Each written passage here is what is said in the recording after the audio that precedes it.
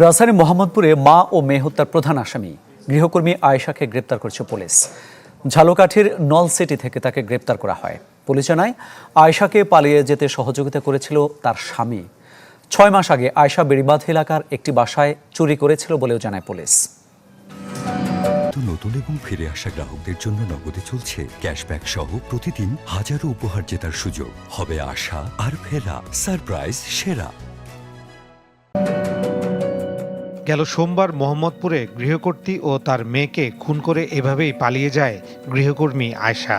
এরপর থেকেই রহস্য উদ্ঘাটনে মাঠে নামে আইনশৃঙ্খলা বাহিনী। প্রথমে সাভার থেকে আটক করা হয় আয়েশার স্বামী রাব্বিকে। তার দেয়া তথ্যে ঝালকাঠির নলছিটির দাদা শ্বশুর বাড়ি থেকে আয়েশাকে গ্রেপ্তার করে মোহাম্মদপুর থানা পুলিশ। গ্রেপ্তার করা হয়েছে, তাকে পুলিশি হেফাজতে নেওয়া হয়েছে। এটা ঝালকাঠির নলছিটি থেকে আজকে 12:30টায় গ্রেপ্তার হয়েছে। এইটুকু।